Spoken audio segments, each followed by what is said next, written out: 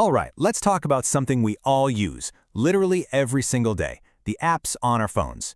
More specifically, why are some of them so darn hard to put down? I mean, you know exactly what I'm talking about, right? You pick up your phone to check one little thing, and then boom, 20 minutes have just vanished. You're just scrolling. Ever stop and ask yourself, why does that keep happening?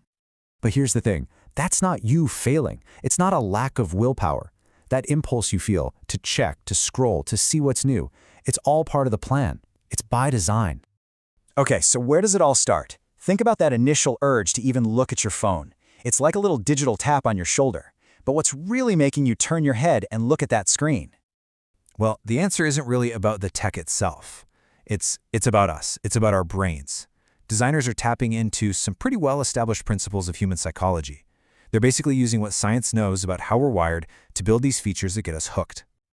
So, let's get into the nitty-gritty, the engine that really drives this whole thing. It's a concept that's, fundamental to almost every app you use, the habit loop.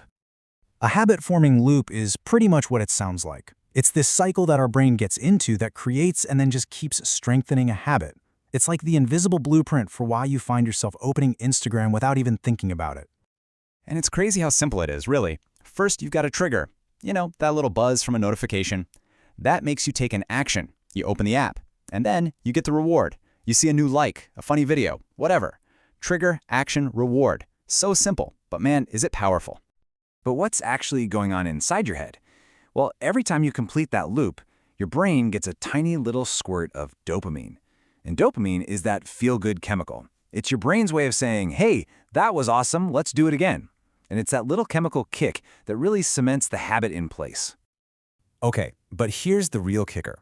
This is the secret sauce that makes this whole system just so powerful. The rewards are variable. They're unpredictable. It's the exact same reason a slot machine is so addictive, right? You pull the lever or, refresh your feed and you have no idea what you're going to get. Maybe it's nothing, but maybe it's something amazing. And that maybe is what keeps us coming back over and over again. Okay, so we get the psychology behind it. But how did developers actually build this stuff into their apps? Let's pop the hood and look at the toolkit they're using. Now, the toolkit is pretty huge, but let's zoom in on two of the big ones. On one side, you have gamification. That's all about using game-like stuff like points and streaks to keep you motivated.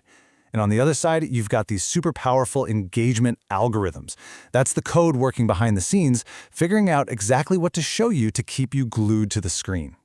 Gamification is all about making using an app feel like you're playing a game. Think about streaks. Once you get one going, you really don't want to break it, right? That feeling?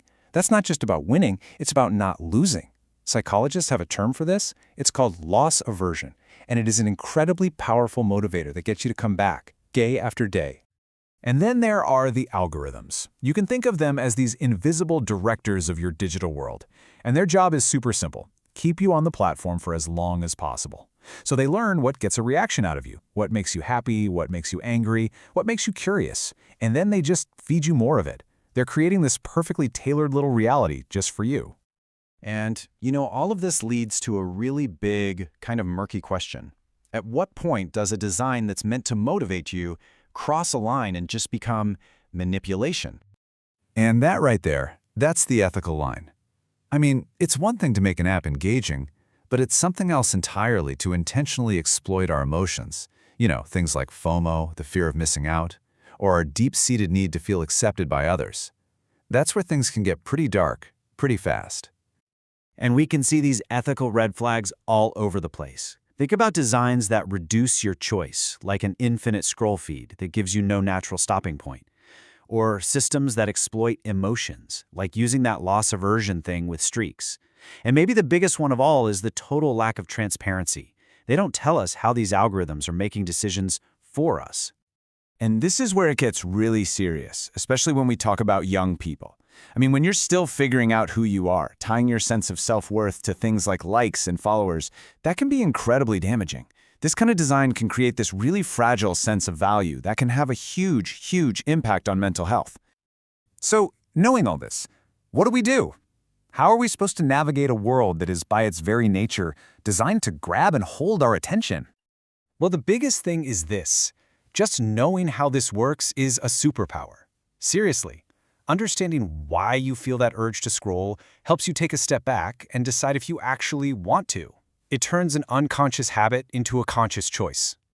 And that leaves us with the big question we all kind of have to wrestle with now. As this technology gets smarter and smarter at holding our attention, who's responsible for protecting it?